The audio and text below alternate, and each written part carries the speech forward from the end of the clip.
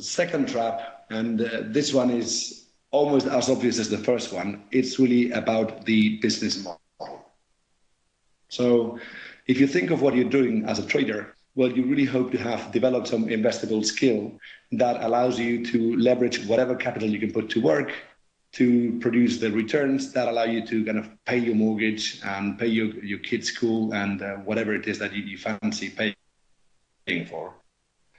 This is the core reason why most independent traders fail is not that they lack the investable ability, is that they lack the leverage to generate the absolute returns they need. So if you're making 20% a year, every year, then you are an amazing guy.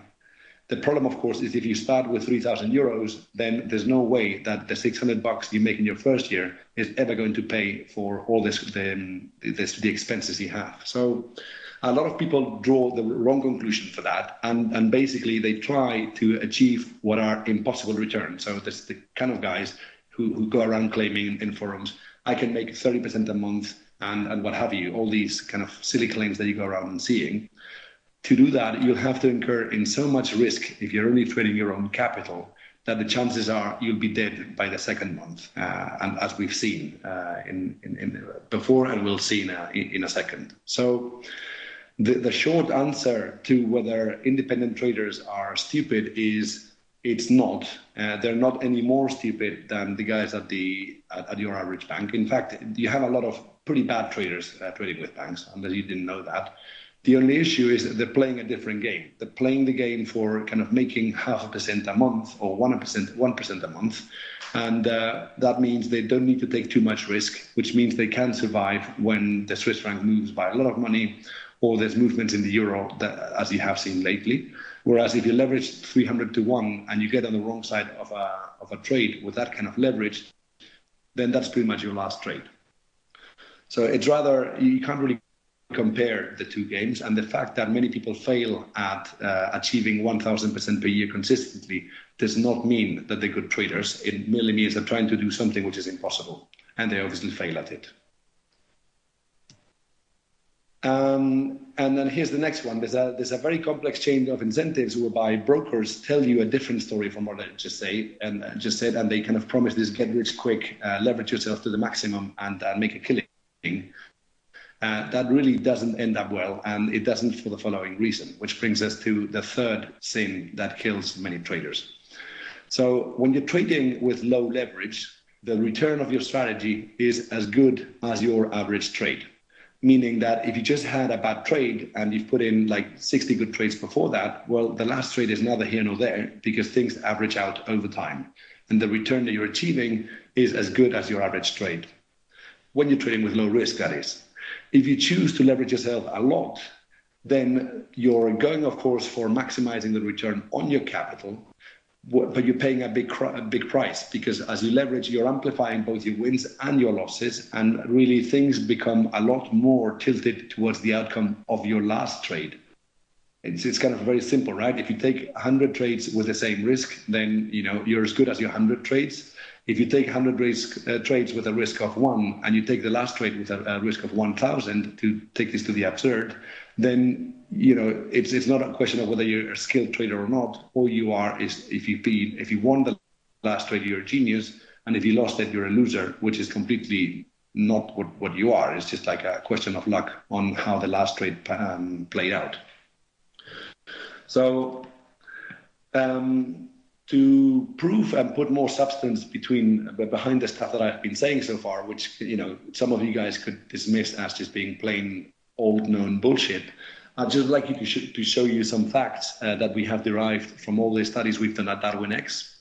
And I shall mention that we will be mentioning some free tools available at the site. All you need to be able to benefit from those is to either open an account with our broker on MT4, or you can also link any live account with any other broker, and we'll diagnose that entirely for free.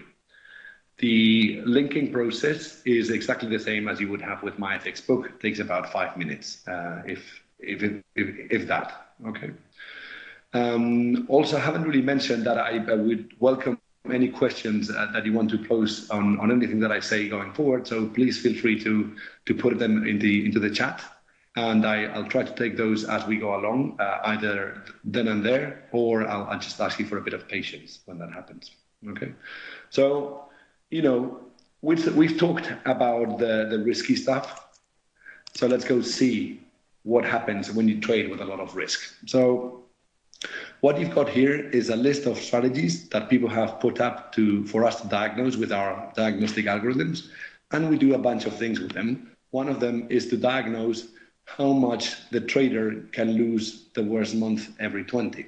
So what I've done here is filter the 5,000 odd strategies that we have by the amount of monthly risk. And as you can see, my filter is on the red, crazily insane risk level.